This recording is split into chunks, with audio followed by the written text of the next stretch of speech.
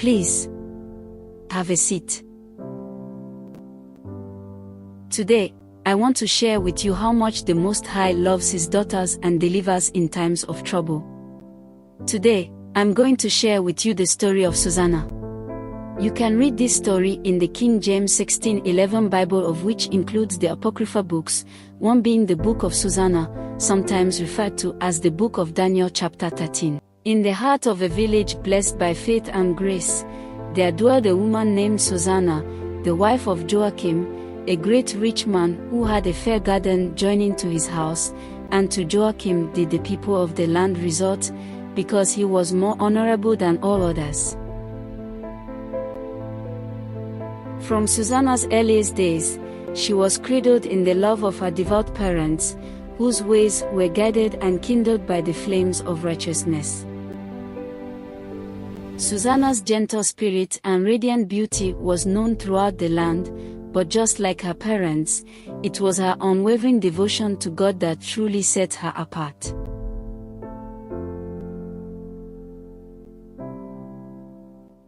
One day, amidst the tranquil embrace of Joachim's garden, Susanna's innocence became the target of two malevolent souls. These two souls, appointed to be judges, fulfilled the words spoken by the Most High, that wickedness came from Babylon from ancient judges, who seemed to govern the people. These two wicked judges kept much at Joachim's house, and all that had any suits in law came to them there.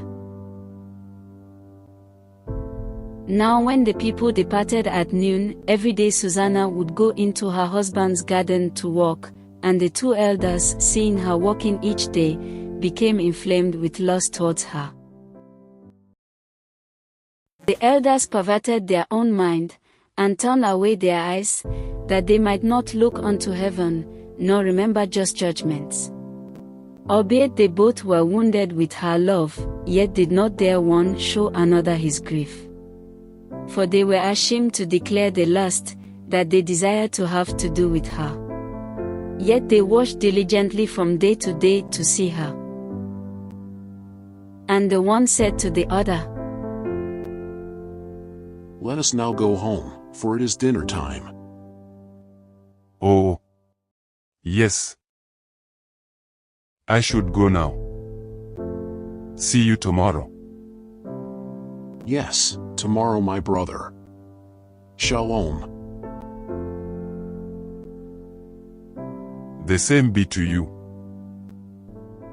So when the men were gone out, they parted the one from the other, and turning back again they came to the same place. And after that they had asked one another the cause, they acknowledged their lust.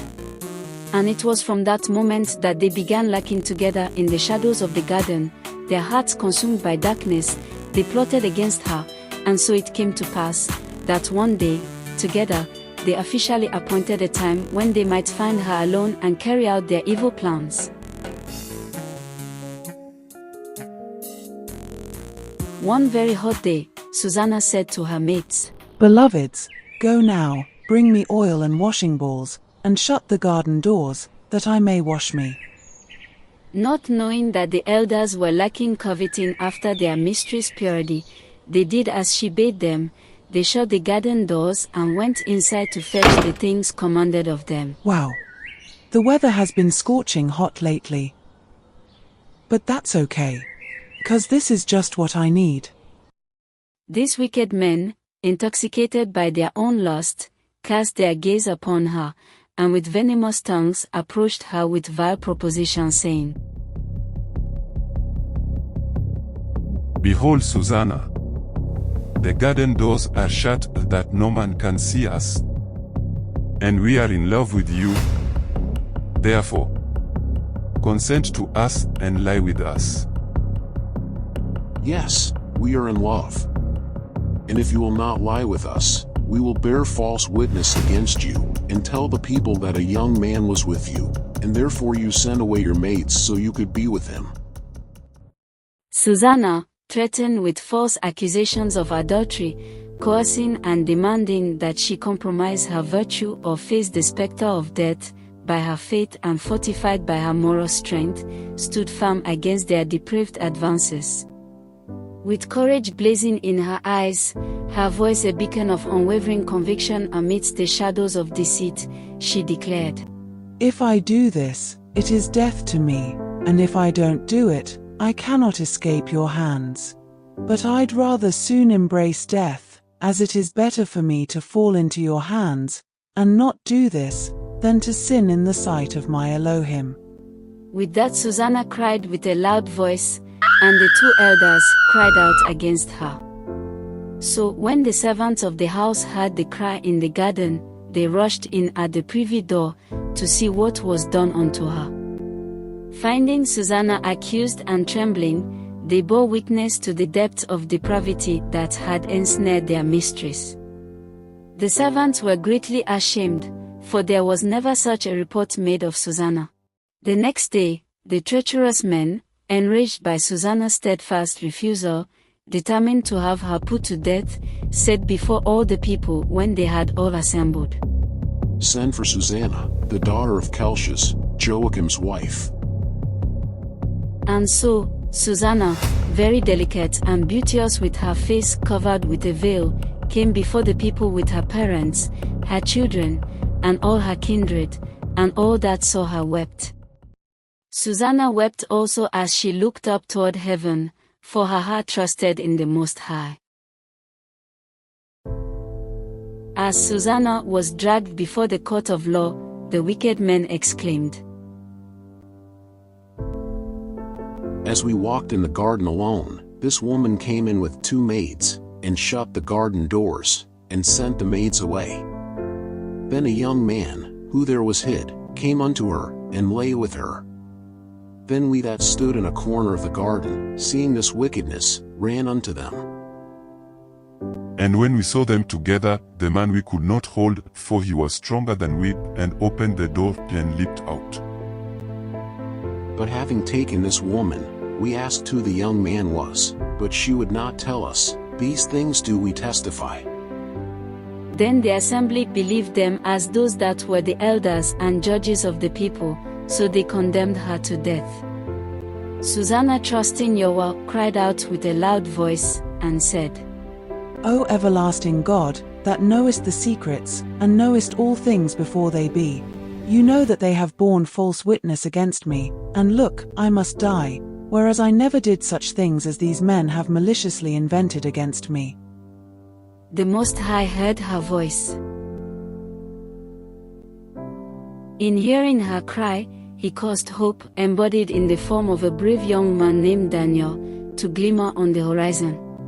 Raised up and guided by the wisdom of the divine, Daniel stepped forward to challenge the veracity of the accusations, and with a loud voice cried,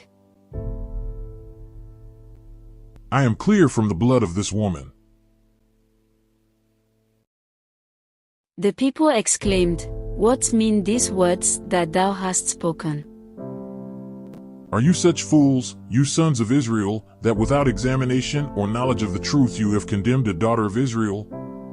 Return again to the place of judgment, for they have borne false witness against her." Wherefore all the people turned again in haste, and the elders said to him, "Come, sit down among us, and show us, seeing God has given you the honor of an elder." Daniel, tempered by righteousness, said to the people, "Put these 2 aside one far from another, and I will examine them."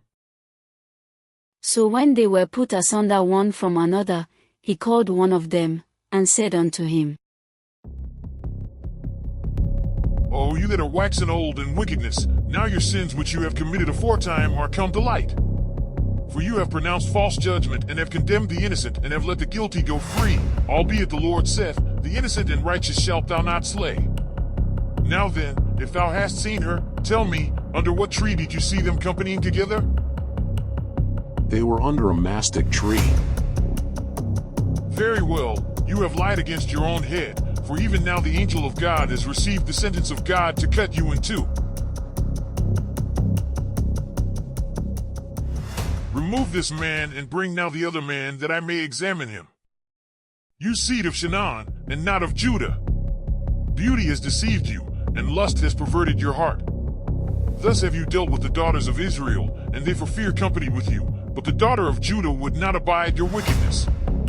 Now therefore tell me, under what tree did you see Susannah and the alleged young man companying together?